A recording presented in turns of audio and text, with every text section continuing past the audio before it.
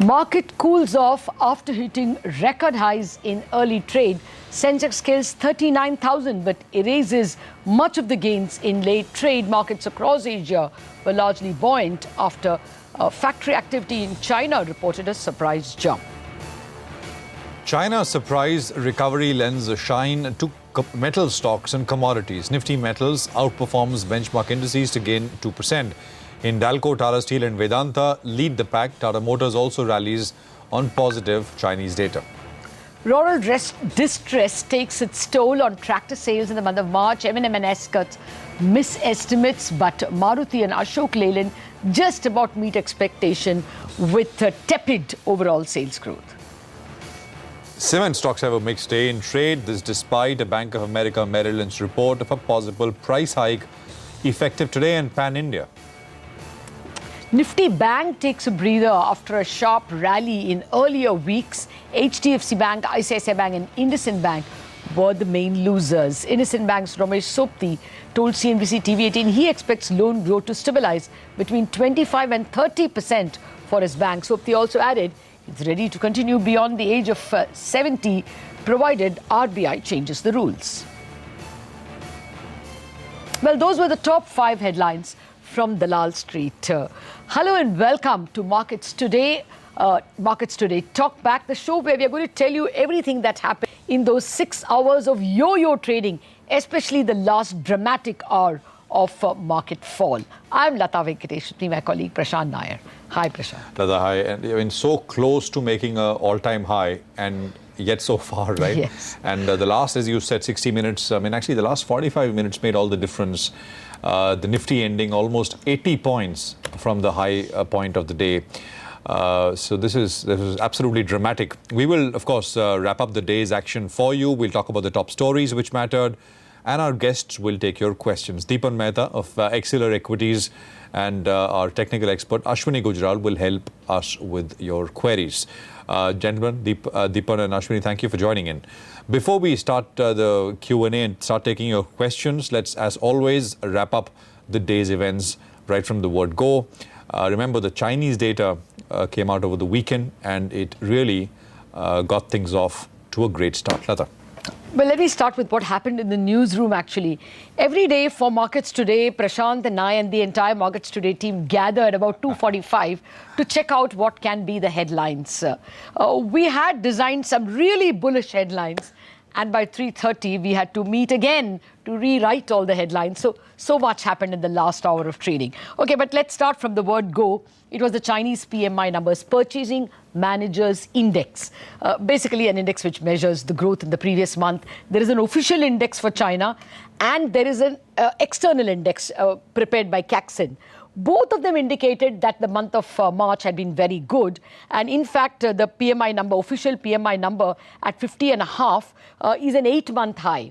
And it is an expansion after 3 months of contraction. If the number is below 50, then it indicates that the economy contracted. So 3 months of contraction, and in March you saw an expansion of 50.5 number. So that was enough to propel the bulls who were already in, in charging mode. We saw the Sensex go past 39,000, touch fresh time highs. I think at 38,989, it was a new high. Yeah. And then it went on, of course, well over 39,000.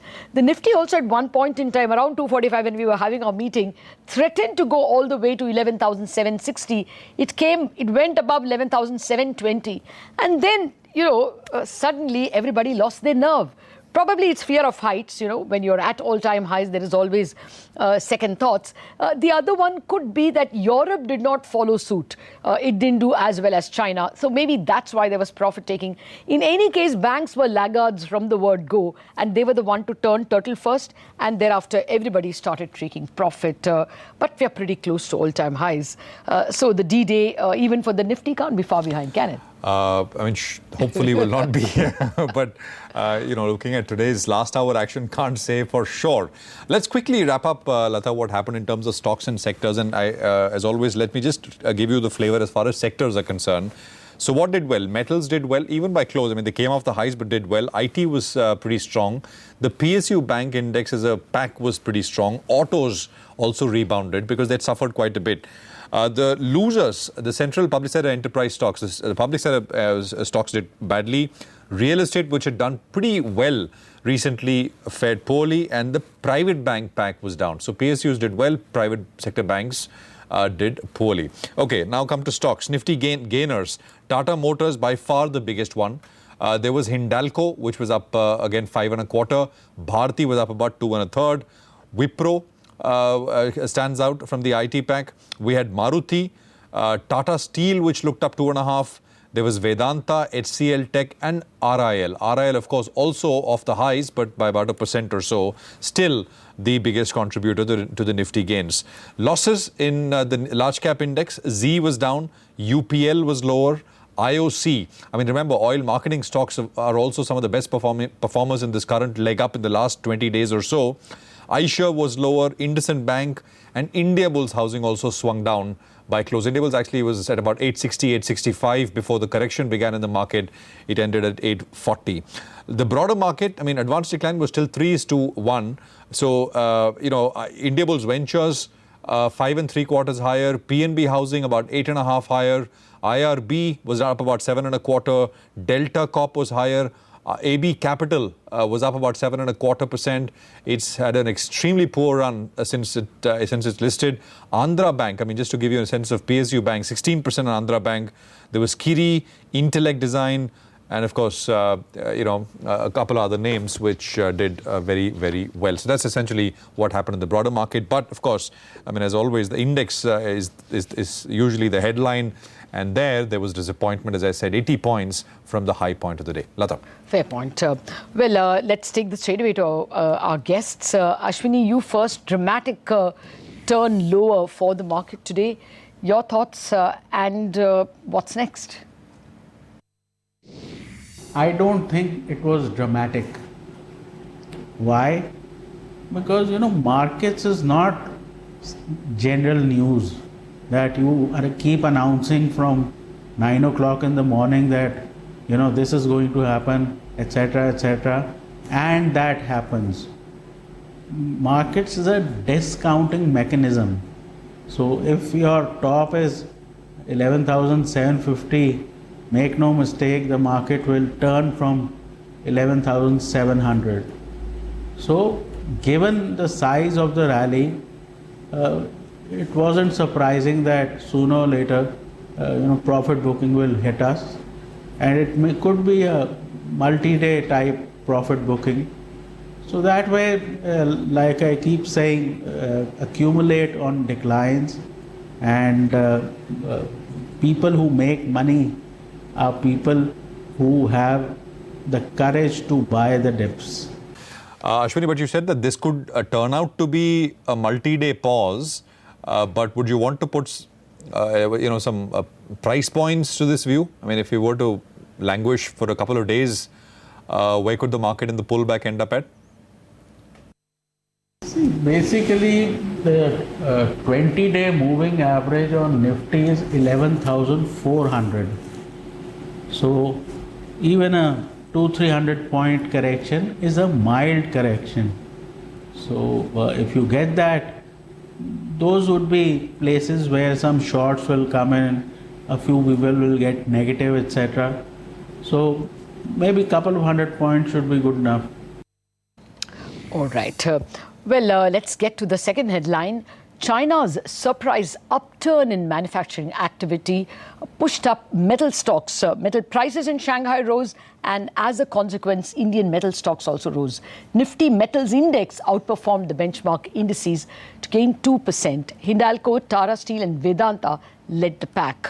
The China economic data also boosted Tata Motors, which zoomed 7% in trade. Remember, 30% of JLR, that is Jaguar Land Rover revenues come from China. The company, that is Tata Motors, reiterated the promise of a better fourth quarter performance, which also may have aided sentiment. Well, with that, I think questions? Payal has tweeted to us with a question on JSW Steel. She's been holding 90 shares of JSW, is that Steel, at 83 rupees. Wants to know what is the right time to exit. Deepan, what would you say? Price is 292. I think these are right. Yeah, I think these are right times to exit. Any time this month or so. Wait for the trading bounce to kind of slow down, and maybe a good time to exit out of metals. The conventional wisdom while trading in commodity stocks is that you sell when there's there's good news, and underlying commodity prices have gone up and companies are declaring fantastic results. And the best time to buy is the exact opposite, when commodity prices are falling and companies are reporting zero to loss-making quarterly profits. And that's how you have a contra trade in commodities, which is always the most profitable. So I would say around these times is a great time to sell all the metal stocks. Nonetheless, I think, even if you hold for a longer period of time, like 3 to 5 years or so, it's not that there's going to be much of a stock price damage from these levels. It's just that there are better opportunities elsewhere in other far more growth-oriented businesses than steel stocks at this point of time. Okay, fair point. Metals moved higher today. We saw this on Friday as well. Ashwini, you have a view on metal stocks generally? See, Friday the move started. Today it had some continuation. So my sense is this is one of those laggard sectors which have just about started moving. The 200-day moving average is at 3250 on the metals index. So still probably a couple of days to go. Okay, so that is Ashwini on metals. The other big stock which moved was Tata Motors. I mean, it had that huge move. So let's get a quick opinion on that 30% exposure to China, obviously. Absolutely. So that was a big one. What's the call on Tata Motors from here, Ashwini? First up, I mean, your thoughts. Any sense in getting bullish here? Price damage has been severe. The call that people are taking is a very dangerous call. Without any sort of good news, if you start buying in anticipation, there are people who have been buying, for the last 3 years. Agree. If the entire auto space is under the weather, I don't think Tata Motors is going to be the first one off the blocks. Well, I take your point, but it's also been damaged considerably. You won't buy this distress, Deepan? Tata Motors? No, not really. I think there are structural issues with Tata Motors, and really very difficult for analysts and fund managers to get a handle on which way the company is going and what the numbers will get reported. It's a complicated company, given that JLR is the predominant force within that specific business. So I would say that it's best to avoid Tata Motors, and every rally is an exit opportunity. You could be wrong, because sometimes Tata Motors tends to surprise with quarterly as well as monthly volume figures. But then I think it's such a complicated company that you're better off buying some other simpler businesses in the auto space. It could be Eicher Motors, could be Maruti. And if you see over a 3, 5, even 10-year period, you would have gained higher returns in any of the other companies other than Tata Motors. At the same time, there's underlying disruption taking place within the auto industry, and I'm not sure that Tata Motors and JLR are well equipped to navigate those disruptions taking place within the industry. So I think it's best to avoid Tata Motors, and if the stock price even goes up from these levels, you can always say that was a complicated business to understand, and let someone else make that additional profit or return in Tata Motors. There are far more simpler, easier businesses with better visibility than Tata Motors, and one should focus over there. Actually, we're going to talk about those other names now, and this is the third story of the day. March auto sales figures have started to trickle, and the rural distress has taken a toll on tractor sales in the month of March. I mean, actually, they were pretty poor for Mahindra and Mahindra, and Escorts both missed expectations. Maruti and Ashok Leyland met expectations with healthy overall sales growth. Sonia is standing by with essentially all of the details. Sonia. Well, thanks a lot for that. It was a quiet month for the auto sector. Lackluster, actually. Demand has been weak, so there's been just a single-digit growth across pockets. The big takeaway really is that tractor sales have fallen substantially. So M&M, for example, saw a 30% fall in domestic tractor sales, and they did say that demand has been weak. The Rabi sowing was not as good as expected, and festive season has been postponed. Even Escort's tractor sales were under quite a bit of pressure, just a 1% growth seen over there. Maruti's sales were lackluster too. It's a downtick of 1.6% that Maruti saw. But the good part is there's been a month-on-month recovery in Maruti sales, went up about 7% month-on-month. And R.C. Bhargav, the chairman of the company, indicated that sales will definitely pick up post the elections. Apart from that, Ashok Leyland as well, a good month-on-month improvement is what we saw, and 18% growth compared to what we saw in the month of February. However, year-on-year sales continue to be lackluster. So the sum and substance was that, yes, tractors was a negative surprise this month. Otherwise, by and large, in line with street expectations. Sonia, thank you very much for that. We actually spoke with Mr. R.C. Bhargava, chairman of Maruti Suzuki. Here is him analyzing the sales trends in the auto sector, what he thinks is the impact due to elections. Listen in.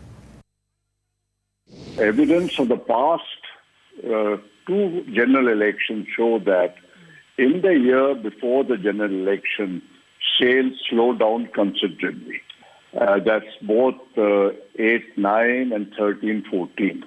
And again, the moment the elections are over, these sales go up. And first year, I think we went up almost 20%. Last time, 14-15, we went up by about 12%. Now, whether that is going to get repeated this year or not is a big question. Okay, that's the big man who should know, who has seen probably 40 years of this ups and downs, and he thinks he's very hopeful of a post-election recovery. So with that backdrop, here's one question from Rahul Merchant. He has tweeted that, okay, it's a more general question. His purchase price is 9,025, so he's sitting in deep losses at this point in time. Just wants to know, what can be a future price target for Maruti. He's not mentioned his number of shares, but clearly wants to know whether it's a hold or a sell or what is the future price target. Deepan, what can you tell him? See, I think Maruti has been suffering from slow monthly sales figures, and we are all aware of it. But I think in this calendar year, it should get back onto its growth path. And I certainly agree with what Mr. Bhargav said, that post-elections, you will see demand pick up, and then demand really starts picking up because of pent-up requirements from the consumer. But one thing I would like to point out in the monthly numbers is that the core business, where it gets its maximum profitability from, is from the compact segment and the SUVs. And if you analyze Maruti's monthly sales figures in the compact and the SUVs, those are solid double digit. And that really is the silver lining as far as Maruti's production figures and sales figures are concerned. And this was true even for the previous month. So one could really analyze these numbers and come to conclude that in fact Maruti has started turning around, and the key models, the key sub-segments, it is now growing at solid double digit, and that certainly is good news for Maruti shareholders. And if this trend continues, then what will eventually happen is that the slowdown in the minis and the export and the other segments, sub-segments will start to flatten off. But the compact and the SUVs will continue to grow at double digit, and then suddenly in 1 month you will have a situation where the entire sales production of the company has grown by double digit, and then the stock will just go out of hand. So I think that we need to be a bit patient in Maruti at this point of time.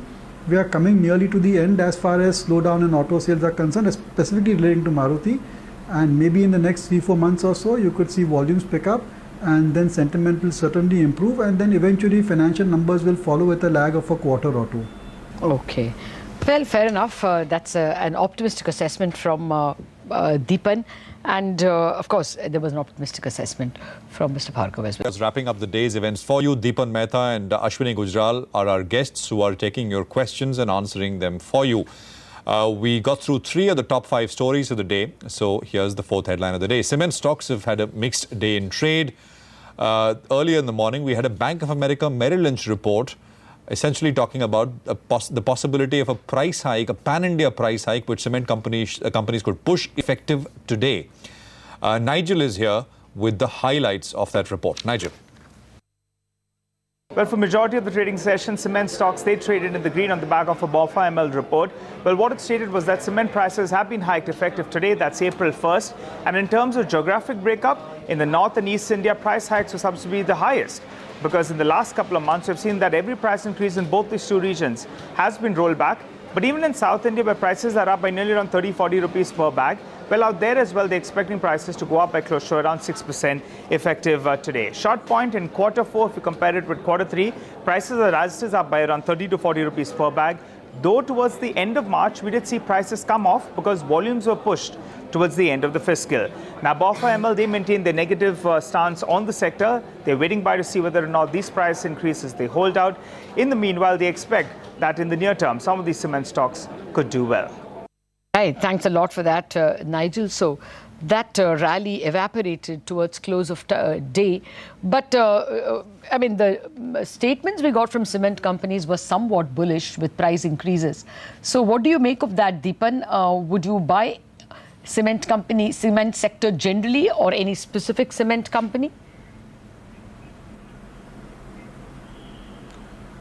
See, generally we are ambivalent towards cement, and the reason is that over a longer period of time, these companies can grow at best at high single digit or low double digit, and the valuations are extremely on the higher side. So really doesn't make sense to hold them for a real extended period of time and hope that they can compound their earnings. But trading opportunities keep coming into commodity stocks like cement, and now this price hike may cause all cement shares to rally, and you could trade in that particular rally. But from a long-term investment perspective, the sector is a avoid. Hey, Ashwini, cement, is it on your radar? See, the best sectors in the market are ones that nobody owns. And for a while, last 4 or 5 years, I have not heard anybody owning ACC, India Cements. So chances are that cement is looking at a turnaround. So possibly after the elections, construction boom, etc., I think cement is much better than the auto stocks. And once people become equal weight, chances of something gaining are much higher. Okay, fair point. Let's get to the last headline for the day. Nifty Bank took a breather after a sharp rally. The index underperformed benchmark indices to end in the red. HDFC Bank, ICICI Bank and IndusInd Bank were the main losers. We also caught up with IndusInd Bank's Romesh Sopti, who expects loan growth in his bank to stabilize between 25 to 30%. But then, yes, in the third quarter, they reported 34% growth. We also asked Sopti if there are any chances that Reserve Bank would raise the age limit from 70 to 75. He said if it does, then he is more than willing to continue. Listen to that chat. There is a intrinsic growth that we are seeing across our entire loan cycle, from microfinance to very large public sector and PSU accounts. Vehicle finance is growing at 28-29%, non-vehicle retail is growing at 28-29%. But I think we will stabilize at anything between 25 and 30%. That's our run rate for the last 11 years, good times, bad times, etc. So this quarter also, I think we'll have a very healthy sort of growth in the loan book. I have to go up to March 2020, and I think Aditya has even more time till the middle of next year. So I think these are early days. If there are debates and discussions at board levels and others and all, I'm not fully aware. But I think both of us would be very happy to continue. At least speaking for myself, I'm quite happy to continue. I still love coming to work every day, and I'm fine working longer. Okay, the market would certainly like Mr. Sopti at the helm of the bank for a few more years, but of course that is provided our Reserve Bank of India changes the rules. India's first REIT, a real estate investment trust, debuted on Dalal Street today. Embassy Office Parks gained 4% to end in the green. On the sidelines of the listing ceremony, we spoke with Deepak Parekh, who of course spoke about REIT and what could be the way forward for others also to come up with such structures in the market. And he also talked about the liquidity situation, the liquidity shortage which has been talked about for the real estate sector. Listen in. Situation is considerably. The banks have a lot of funding. The banks have to lend. The funding with the banking sector is there. We have to start lending. The banks have to start lending. There is shortage of liquidity with the real estate sector. There may be shortage with some NBFCs. But I think lending by banks should happen. And you know, the year end is always a very difficult time when March 31st. So it's always, March is a bad month to look at it. It's the most difficult month for liquidity. People want to square up their books. They don't want to keep too much money in liquid funds. And so I think you will see much better, easier liquidity situation as we go on. Okay. Well, with that, actually, we have run out of time and can't take any more questions on markets today. Deepan, Ashwini, thank you very much for answering questions. Well, it's a wrap here on Markets Today Talk Back. Thank you very much for staying with us. More coming up on the other side.